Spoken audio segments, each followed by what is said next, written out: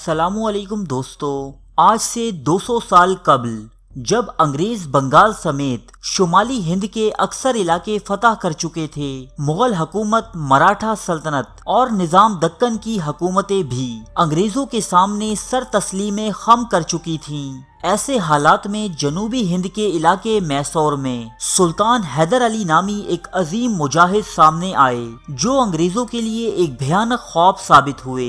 سلطان حیدر علی نے 50 سالوں تک انگریزوں کے قدم جنوبی ہندوستان میں نہ گھسنے دیے اور انہیں کئی فیصلہ کن شکستوں سے دوچار کیا۔ اللہ تعالیٰ نے سلطان حیدر علی کو ایک بیٹا عطا کیا تھا۔ یہ بیٹے جن کا نام فتح علی ٹیپو تھا، ذاتی صفات میں سلطان حیدر علی سے بھی بڑھ کر ثابت ہوئے۔ سلطان حیدر علی نے ٹیپو کو لڑکپن کی عمر سے ہی سلطنتی امور سونپنا شروع کر دیے اور تمام اہم فیصلوں میں ٹیپو کی رائے لی جاتی۔ جلد ہی ٹیپو کو سلطان حیدر علی کا داہنا ہاتھ قرار دیا جانے لگا۔ 1782 عیسوی سلطان حیدر علی سرطان یعنی کینسر کے باعث انتقال کر گئے۔ حیدر علی کے بعد ان کے بیٹے ٹیپو میسور کے نئے سلطان بنے۔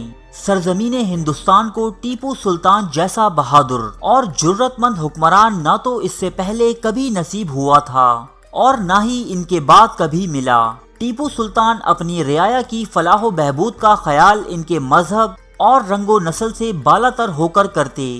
حکمران ہونے کے باوجود عام لوگوں کی طرح زندگی بسر کرتے، سپاہیوں کے ساتھ میدان جنگ میں پہلی صف میں موجود رہتے، ہر وقت باوضو رہتے اور تلاوت قرآن پاک باقاعدگی سے کیا کرتے۔ اس کے ساتھ ساتھ ٹیپو سلطان کئی زبانیں انتہائی مہارت سے بول لیا کرتے۔ ٹیپو سلطان وہ آخری چٹان تھے جو انگریزوں کے خواب یعنی مکمل ہندوستان پر قبضے کے راستے میں حائل تھی۔ انگریزوں اور ٹیپو سلطان کے بیچ کئی جنگیں لڑی گئیں، لیکن انگریز اپنے بے پناہ وسائل کے باوجود اس عظیم سلطان کو جھکنے پر مجبور نہ کر سکے۔ بالآخر انگریزوں نے ٹیپو سلطان کو شکست دینے کی خاطر وہی حربہ اختیار کیا جس میں انہیں مہارت حاصل تھی۔ 1799 عیسوی اسی حربے کے سبب انگریز سرنگا پٹنم کے میدان میں سلطان ٹیپو کو زیر کرنے میں کامیاب رہے، لیکن یہ ایک جنگ نہیں بلکہ ایک دھوکہ تھا، تاریخ انسانی کا ایک عظیم دھوکہ، اور اس دھوکے کا مرکزی کردار تھا میر صادق۔ میر صادق سلطان حیدر علی کے دور میں ایک بازار کا کوتوال ہوا کرتا۔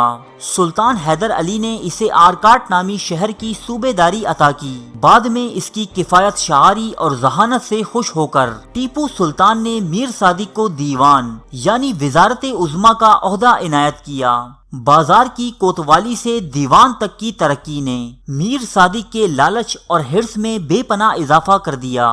بجائے اس کے کہ یہ شخص اپنے سلطان کی خدمت بجا لاتا، یہ شاہی خزانے میں بڑے پیمانے پر خرد برد کرنے لگا۔ ٹیپو سلطان تک جب ان بے ضابطگیوں کی اطلاعات پہنچیں تو آپ نے میر صادق کی تحقیقات کے حکم جاری کیے۔ اس تفتیش میں میر صادق مجرم ثابت ہوا۔ سلطان نے میر صادق کو عہدے سے برطرف کرتے ہوئے اس کی تمام ناجائز کمائی اور اثاثے ضبط کرنے کے حکم جاری کیے۔ اس تمام معاملے میں لاکھوں روپے کا کالا دھن میر صادق کے گھر سے برآمد ہوا، لیکن کچھ عرصے بعد ایک خوشی کے موقع پر میر صادق نے ٹیپو سلطان سے معافی طلب کی اور ایک تحریری عہد نامے کے ذریعے خدا، رسول اور کلام اللہ کی قسمیں کھا کر سلطان کو اپنی وفاداری کا یقین دلایا۔ ٹیپو سلطان نے اپنی رحم دلانہ طبیعت کے سبب اسے معاف کر دیا، لیکن سلطان کو یہ نہیں معلوم تھا کہ میر صادق اندر ہی اندر انتقام کی آگ میں جل رہا تھا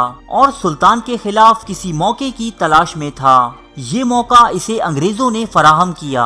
میر صادق نے انگریزوں سے ساز باز کرتے ہوئے ٹیپو سلطان کے خلاف سازشوں کا ایک جال بچھا دیا۔